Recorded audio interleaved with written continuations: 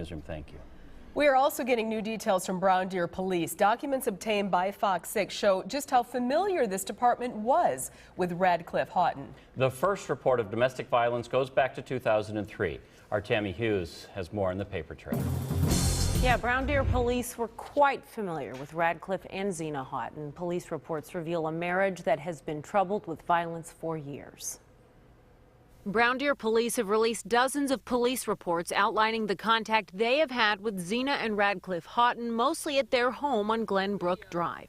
The first domestic violence report dates back to June 23rd of 2003. Zena Houghton went to the police department to report a battery. She said her husband had pushed her and slapped her in the face, leaving a half-inch cut to her lip.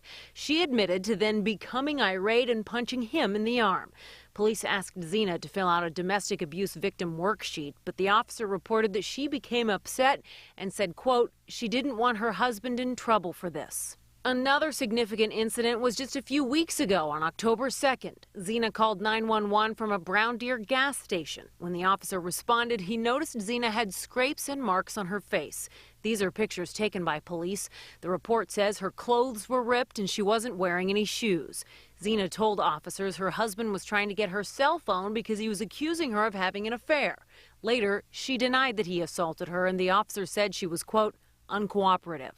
A family member told police that it was Zena who came home drunk that evening and that when she gets drunk, she gets real mean. The family member said when Radcliffe tried taking Zena's phone, he pushed her and Zena then began biting him to get away. 2 days later, on October 4th, Zena called Brookfield police from the Azana salon. She reported that her husband had just slashed one of her tires. And on October 8th, she dropped off a restraining order against him with the Brown Deer Police. Clearly some of the violence escalating just the last couple of weeks. We told you yesterday about another incident in January of last year where Brown Deer officers were involved in a standoff with Radcliffe Houghton outside his home.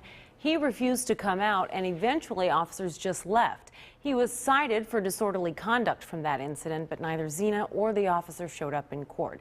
Despite all of these interactions, this is the paperwork we received today from Brown Deer Police. All of this and the picture evidence that you saw, Zena was many times uncooperative and he was never really charged with a crime. Ted.